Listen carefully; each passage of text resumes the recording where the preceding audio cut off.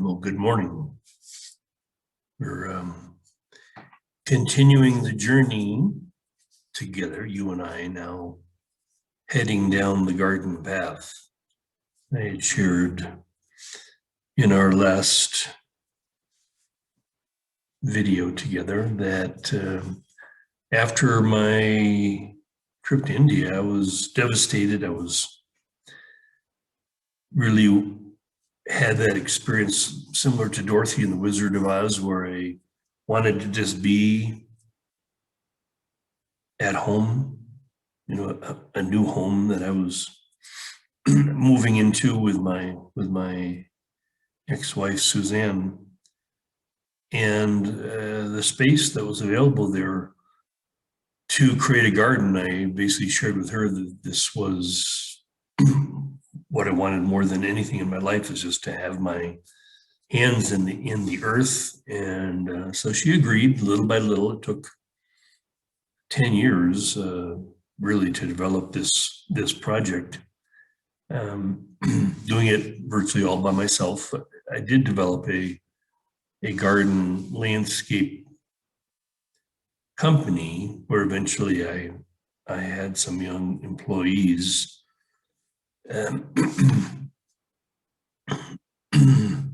But pretty much the garden was my thing. When I eventually had a business, I had my employees work on projects for clients, and I only took on employees when it seemed if I was going to develop a garden project similar to what I did for myself. I mean, I couldn't take 10 years or 10 months. I had to be able to do it in a week or two. So I needed more help. There's a lot involved in say, converting just a grassy yard into a garden, first extracting all the grass and then putting in some foundation material, edging material. I found in my garden. I'll share a couple photos that I lined the garden paths with large river stone, crushed stone as the pathway, and then of course the garden beds. And it's really lovely when you create a garden. It's really like designing a home, because you're creating all these different rooms, the different areas that will feature different types of plants. And it was interesting because to get involved in this, I decided to take some courses at a nearby technical college. And the first class I took was a class on soil, and it was so fascinating. I was really hooked. So I was kind of taking the classes to help me just do my own project. But then, like I say, it became obvious that being a middle-aged, now in my early 40s, middle-aged French guy, having a little garden business was quite attractive. And when I started working for clients myself without employees, I focused on pruning trees, ornamental trees, which to this day I enjoy so much. I took classes in arboriculture, and actually would do some internships in some arbor tree related businesses to learn more, mostly just because I enjoyed it. Most of the landscape work I ended up doing as a company with some young employees. I got involved in this project through the university, where young men and women would come from all over the world through this program, and to work in some form of agriculture, some form of in landscaping, fit into that area. So yeah, I had a delightful series. In fact, I'm still connected with some of my early employees, Bartek from Poland, and yeah, several others. But the thing for me to remember was this was my healing.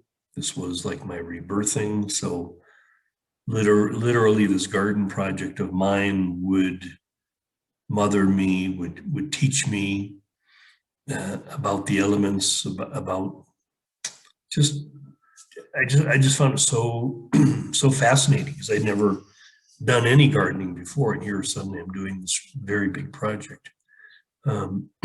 It it consumed me, and now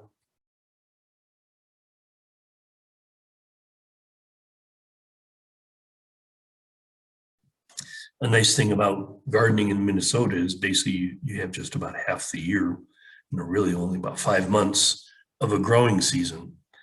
So there's plenty of dormant time. There's plenty of time for me to do other things, which again for me was writing. In fact, one of the main products that came out of this period was this book, OASIS, The Garden Path.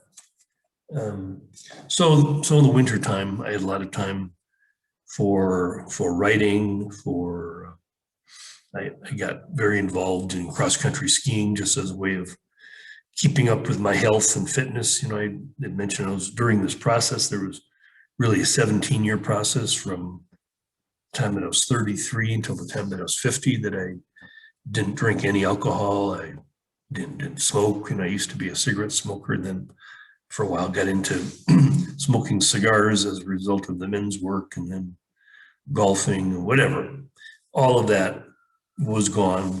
Really worked on a healthy diet and exercise regimen. So it was a very, very sweet time. It was like I said, I didn't want to go anywhere. Didn't want to do anything outside of my little home project. So it was a very beautiful way that I allowed myself to be mothered in a way that I didn't experience when I was a child growing up. So it was a remarkable time. A big part of my work during this period was more intensive process of teaching and learning with A Course in Miracles. I had a group that met in our home. I was involved in a weekly group at the Unity Church in Golden Valley, suburb of Minneapolis. And so that was a real deepening process, because A Course in Miracles, in my experience, you go through several layers of the teaching. In the beginning, a lot of it is difficult, dealing with machinations of the ego and all that. But later, especially when you focus on the actual course, is 365 lessons, one each day for the course of a year. And so deepening in that, I remember went through that eight times with groups.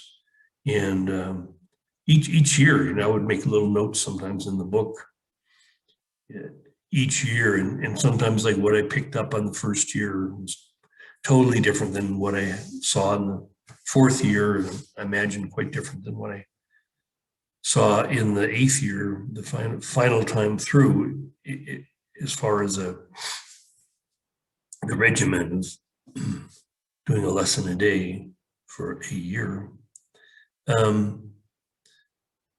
Very, very beautiful process. And one of the things that was interesting for me about the garden, I decided that it would be more fun for me to acquire materials via creative ways that would be different than just going to a landscape or garden supply company and buying stuff. So I made a point that every rock that was in my garden was a rock that I found. I went out in nature somewhere, riverbeds and this and that, and collected these rocks, always about yay size. The biggest I could probably pick up was 100 pounds. So never huge, but always, one by one. Stop along the road. Hey, there's some rock there. Whenever there's like construction, especially like road construction, when they're moving material, always there's piles of rocks that get put off to the side.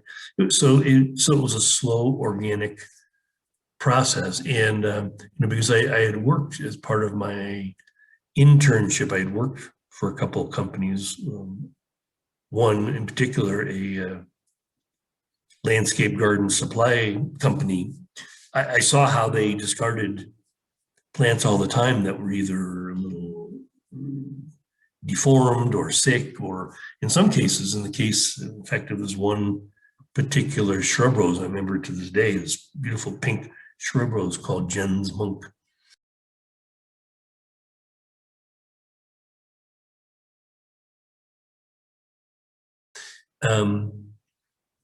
Simply because in the small pots, if grass weeds were growing in the rose bush, nobody wanted to take the time to clean them out, so they would just toss them in the dump. So I remember for my garden, for this one particular variety of rose, Jens Monk, I had probably 25 plants that I got all for free. So it was really fun, working there, because I saw that it was pretty much okay with them that I scoured through the dump on a regular basis and took, I remember, some trees that had like a canker or something. So it was going to be a little deformed. And that again was such a beautiful process for me to, plants were nurturing me, but I could also nurture plants back to health. So it was very key. I think probably all of the trees that I had growing in my garden space, because you want big plants and small plants, and it's really a lovely design process.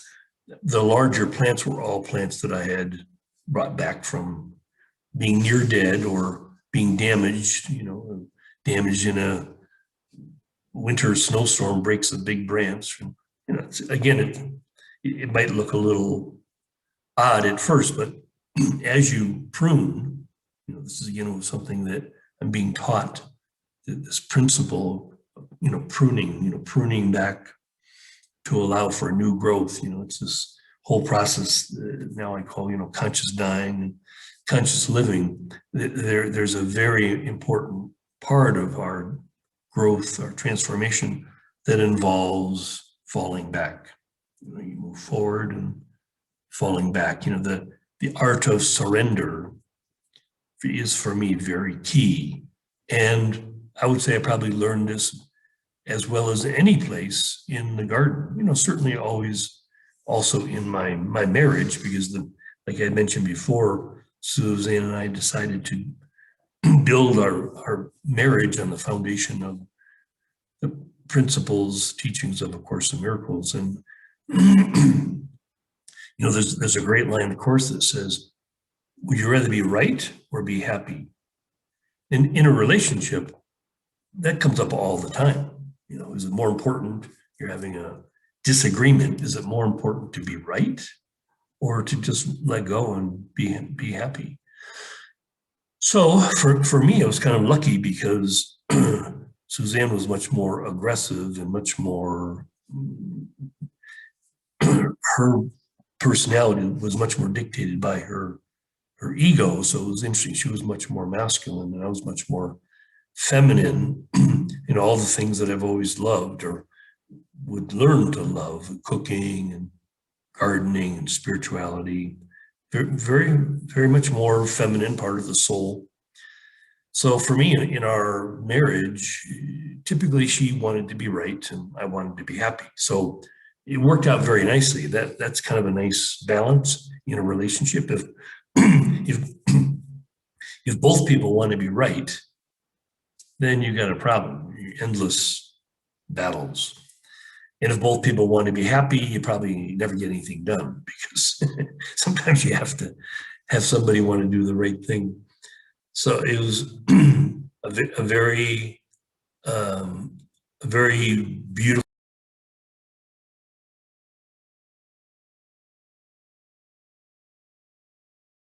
time. It was interesting because I was in this intensive healing process. A lot of what would come up for me emotionally triggered some things in my body, one of which was acid reflux. I had quite a journey with that, where I find myself at least half a dozen times in the emergency room with what appeared to be a heart attack, but it wasn't a heart attack. It was acid reflux, caused by, because I was very vulnerable, very sensitive, especially after the trauma of India. but just in general, it's just part of real authentic healing is that you open yourself and you feel more. You're not just offended.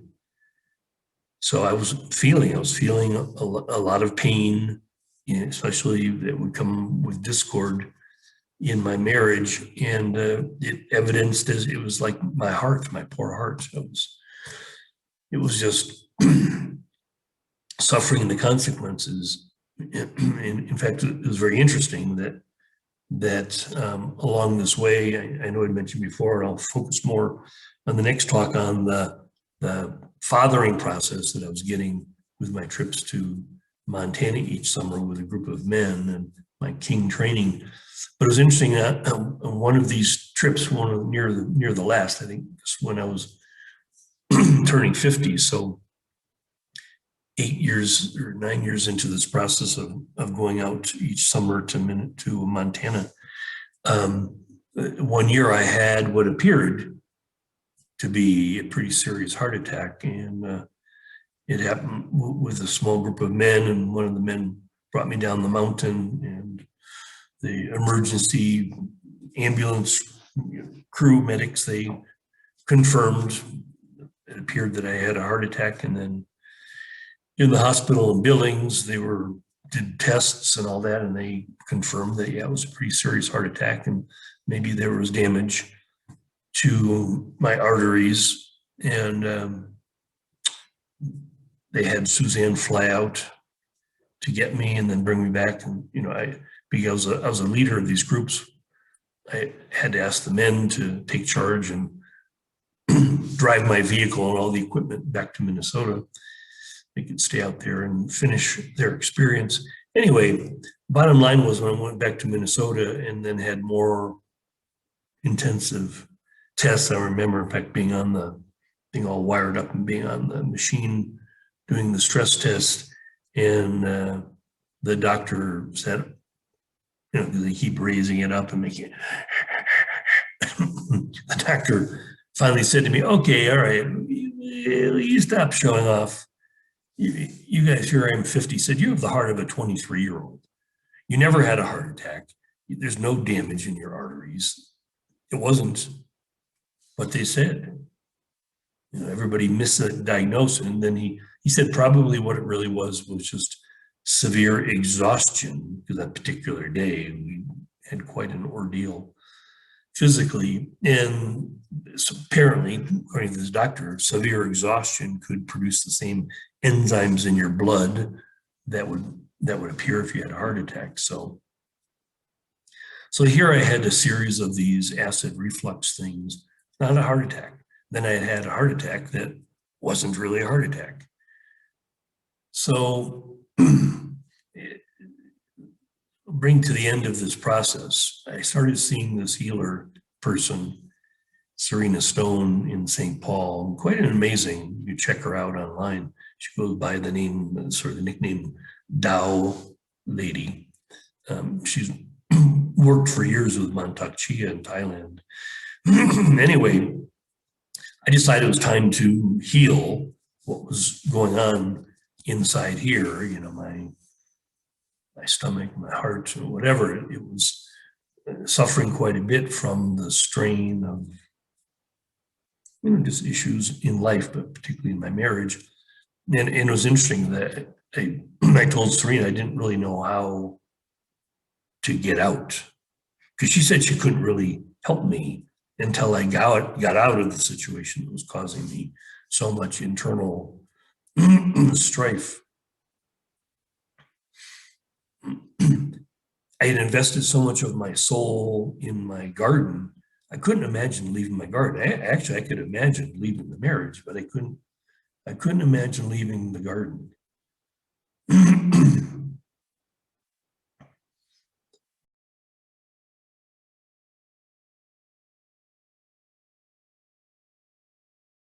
But I made the decision to leave, even though I didn't fully share that with Suzanne, and started working with Serena. It was about a year and a half. And excuse me. With her help, I got to a place where I was ready. I was calm. I was like complete. I'd completed the healing journey that I signed on with Suzanne to do.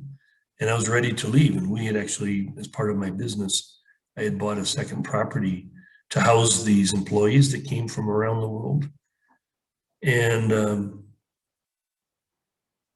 I just said to her one day I was going to move over to the Hamill property, and she took it badly at first, but she would say to me down the road, she gave me a really nice compliment, but she was, of course, at first very upset, very afraid when I told her that I was going to leave.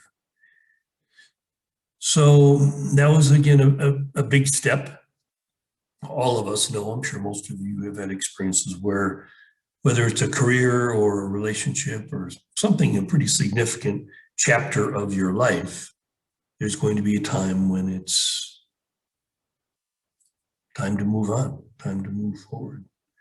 So this was that time for me. I just mentioned that this chapter, this was the mothering that I needed after the trauma of, because you could say that India, like the near-death experience I'd had before, was, okay, a death, and I was, like I had shared in the previous segment, very shattered, devastated by the experience. And so literally I needed, kind of like with Claire back in Amherst, Mass, but now I was having the garden and A Course in Miracles and a little bit of help from Serena Stone mother me fully back to health, so I could be strong enough to really be on my own and move forward with my life's mission of service. So I think with that, that's enough for today. I love you.